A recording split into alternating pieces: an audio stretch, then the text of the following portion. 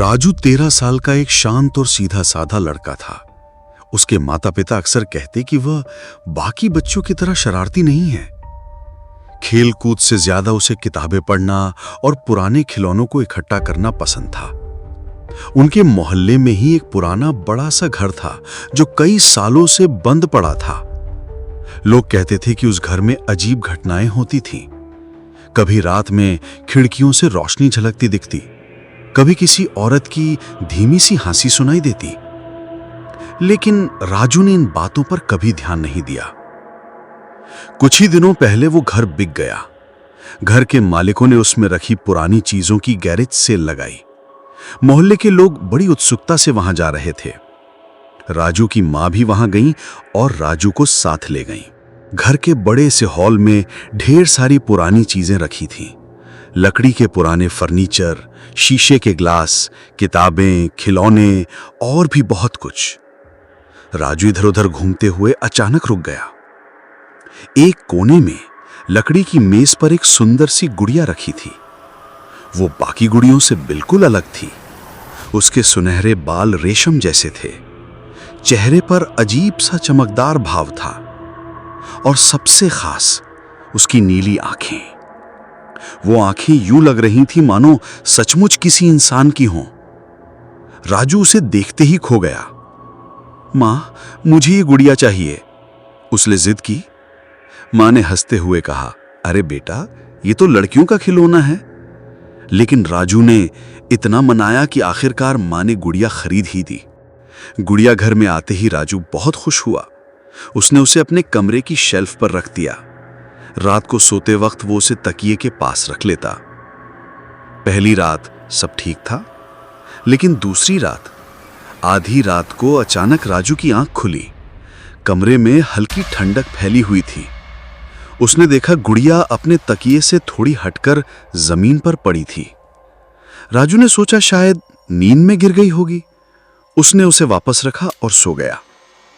तीसरी रात फिर वही हुआ, लेकिन इस बार गुड़िया कमरे के दरवाजे के पास पड़ी थी।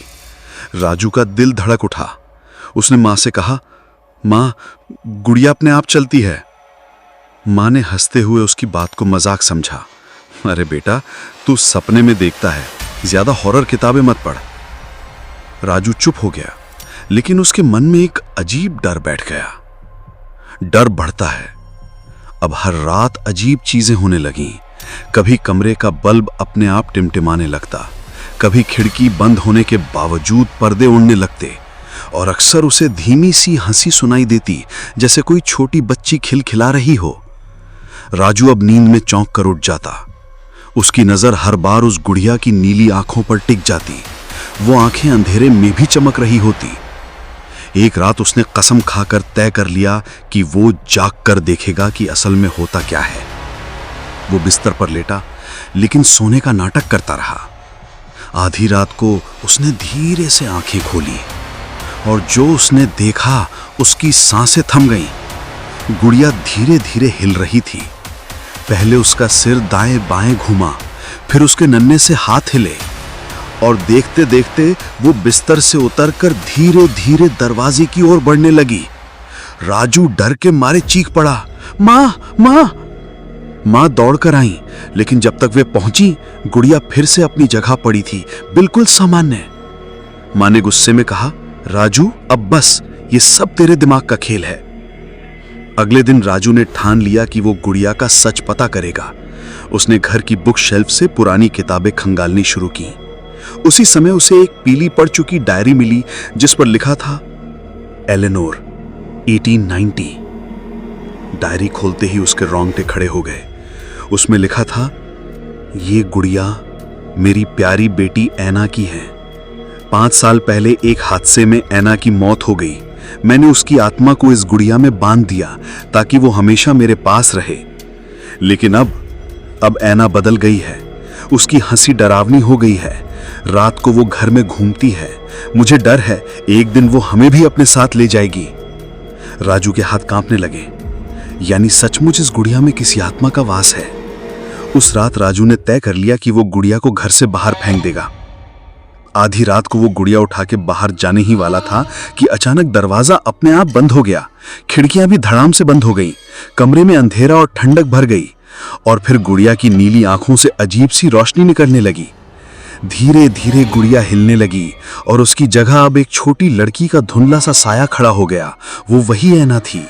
उसकी आवाज गूंजी, तुम मुझे छोड़कर कहां जाओगे राजू? अब मैं तुम्हारा दोस्त हूं, आपके लिए। राजू डर से कांपते हुए बोला, मुझे छोड़ दो, मैं तुम्हारा दोस्त नहीं बनना चाहता। लेकिन वो साया धीरे धीरे उसकी ओर बढ़ने लगा। उसकी ठंडी सांसें कमरे में फैल गईं। राजू को अचानक डायरी में लिखी एक पंक्ति याद आई, अगर कभी गुड़िया काबू से बाहर हो जाए तो उसे आग में जला देना। राजू ने हिम्मत जुटाई, मेज से माचिस उठाई और गुड़िया पर फेंक दी। गुड़िया पल भर में जल उठी।